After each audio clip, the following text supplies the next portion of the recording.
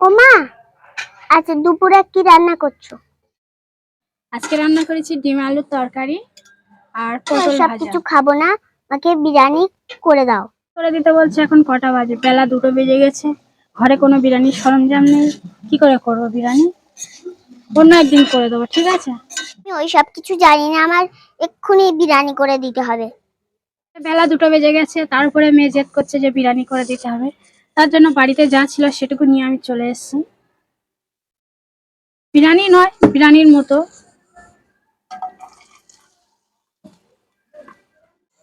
টমেটোটা দিয়ে দিচ্ছি।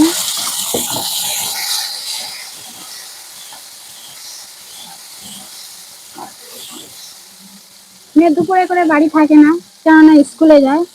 এখন বাড়ি আছে। আজ 1 সপ্তাহ হচ্ছে মর্নিং স্কুল হচ্ছে, 6:30 থেকে 10:30 পর্যন্ত। তাই আজকের দুপুরে জেদ করলো যে বিরিয়ানি করে দিতে হবে। মেয়ে জেদ করছে, করে তো দিতে হবে। তাই বাড়িতে সামান্য কিছু আজকে ডিম দিয়ে করে দিচ্ছি।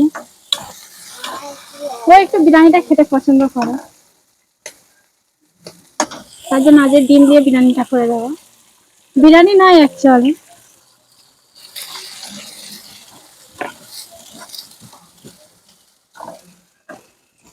বাচ্চাদের কাছে বিরিয়ানির একটু সেম হলে তাই মনে হয় অনেক বিরিয়ানি। আমি হালকা হালকা মশলা দিয়ে করে দিচ্ছি। এটা বিরিয়ানির মশলা।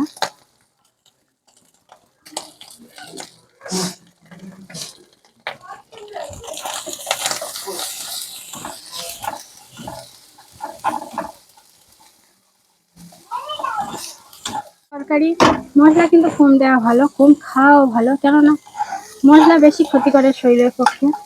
আরো বাচ্চাদের দিক থেকে দেখতে গেলে মশলা একদম তো দেওয়া চলবে না, তেল জাতীয় কোনো জিনিসও খাওয়ানো চলবে না। আমি আমার মেয়ের বেশি তেল জাতীয় জিনিস খাওয়াই না।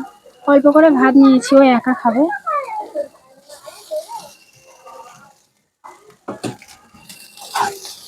ওর একার মতো করে দিচ্ছি। দেখো আমি বেশি তেল দিইনি, হালকা তেলে ভেজে দিচ্ছি,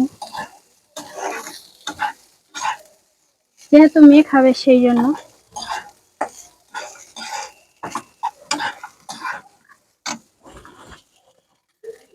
দেখো বিরিয়ানি আমার এপারে কমপ্লিট হয়ে এসছে।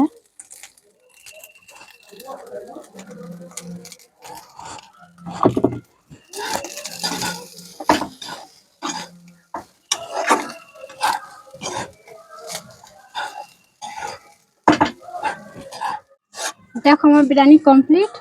এটা কিন্তু বিরিয়ানি নয় অ্যাকচুয়ালি, এটা বিরিয়ানির মতো। বিরিয়ানির একটু ফ্লেভার দিয়েছি, বিরিয়ানির মশলা দিয়েছি, তার জন্য বিরিয়ানির সেন্সের মতো লাগছে। মেয়ের জেদ তো পূরণ করতে হবে, মেয়ে বলে কথা। দেখো আমার বিরিয়ানি কমপ্লিট।